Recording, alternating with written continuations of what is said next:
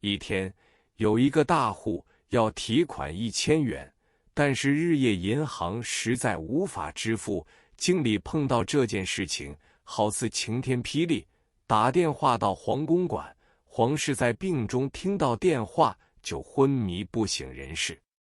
那时，知足庐一切宴会早已停止，大门紧闭。上海各大小报纸历年都有黄氏机构的大广告，刊费的数字相当大，但是有关黄楚九的任何消息都小心翼翼地处理，日夜银行的不稳状态始终只字不提。消息出自人口，但报纸上还是不做报道。只有一家《时事新报》忽然登出一张黄楚九的照片，仅注明黄楚九先生小项7个字而已。这是暗示性的报道，读者看了莫名其妙。原来这时黄楚九生命危在旦夕，他自己知道这次祸闯得太大了，临终时对家人只说了几句话，身后之事请黄老板他们帮忙。说罢就一名不识，与世永绝。身后风波出人意表，次日各报都刊出黄楚九逝世的讣告，新闻见诸报端。同时日夜银行也拉上了铁门，噩耗传出，便震动了整个上海。其中最着急的就是黄金荣，因为他是最大的债主。黄楚九在知足庐大厅中的灵堂刚刚布置就绪，就有成千成百的男女债主，都是小贩、佣仆、保姆和操皮肉生涯的妓女。听到消息，跑到灵堂中大吵大闹，没有解决办法，不准入殓。捕房当局束手无策，法租界的白象人也都袖手旁观，因为他们个人或多或少都有钱存在日夜银行，所以不无切肤之痛。吵闹的情况从上午一直吵到下午，不许黄的遗体入殓，而且灵柩被债主们围困，殓后也抬不出去。结果由租界警务当局派了几个外国籍的捕头出来维持秩序，疏忽之间匆匆入殓。那时节，厅中人山人海，挤得水泄不通。有人把大门紧闭，而且找到一把锁，将大门锁上，不准棺材抬出去。于是当局出动大批巡捕，先将大门拆除，然后驱散群众，将灵柩搬上旧车，绝尘而去。这一幕惨剧，当时我知道得很清楚。黄楚九旧车出于知足庐之后，原定5期开吊，发出讣文，当时并没有把设灵地点刊在讣文之上，以免债权人群集哄闹，只在先一日分别用电话支召个亲友。谁知开吊之日又弄出一场意想不到之事情来，这是一位朋友告诉我的。怎么叫做意想不到之事情呢？原来黄楚九5期开吊之期，大世界游乐场的小职员都知道的，不过不晓得地点何在。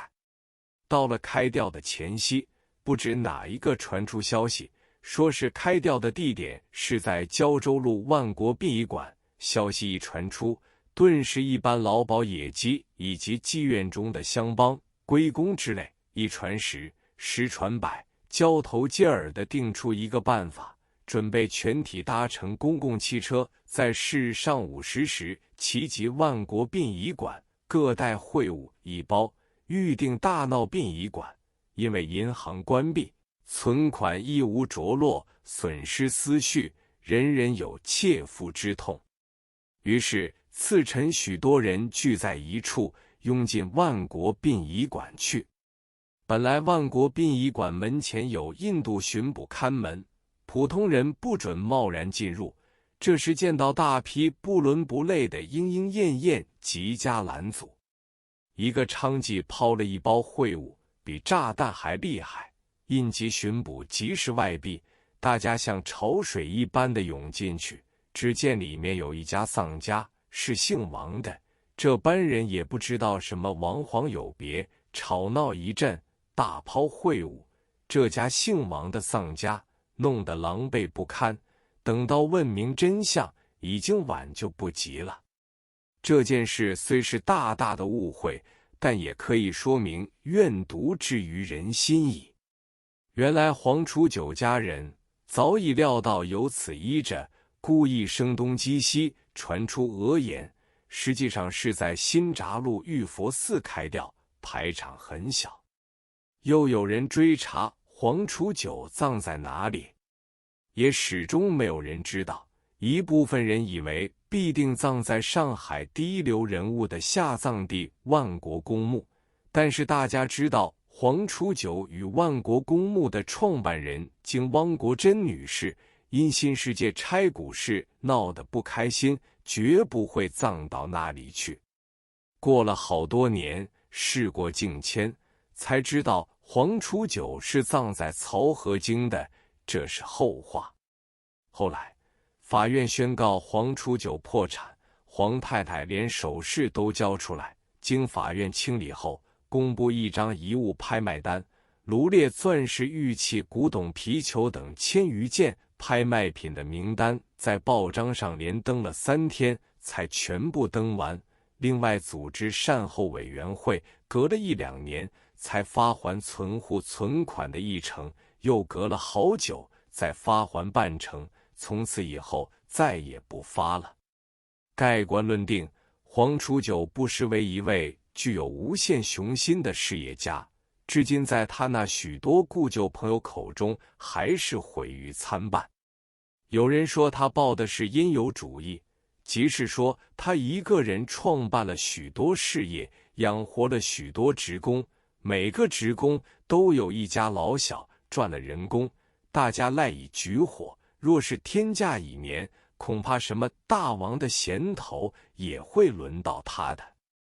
另外有件轶事，某年黄楚九曾在报端刊载广告，征求意中年常带笑容之人，当然也有人去应征，却不知他弄些什么玄虚。原来他开的温泉浴室要招请一位和蔼可亲的招待员，结果有一位笑口常开的胖子入选，在温泉浴室做了很多年。黄楚九死后，大世界依然生意鼎盛，法院判决归大债主黄金荣管理。他补回一部分款项之后，便改称荣记大世界了。我写这篇稿子时，总想写出日业银行究竟负债多少。问过一位最熟悉黄家情况的老伙计，他说总共的欠款不过60万元左右，我不甚信服。但知道还款时，先是由上海商业储蓄银行八仙桥分行代为办理，于是我又问该行的老职员，他说总数记不清了，客户的存折数目都小得很，以20、30元的户口最多，推想起来，总共的负债额是不会超过70万元。不过，我总觉得这一场轰动上海的日业银行倒闭风潮，亏欠的金额数字可能不止70万。又去访问过从前银钱帮的老前辈，据他们说，这件事情没有文字上的记录，究竟亏欠多少，无从考证。不过他拿出1927年5月上海钱业工会入会同业录给我看，里面共有钱庄85家，资本额照现在看来都小得很，我抄出为首的6个例子。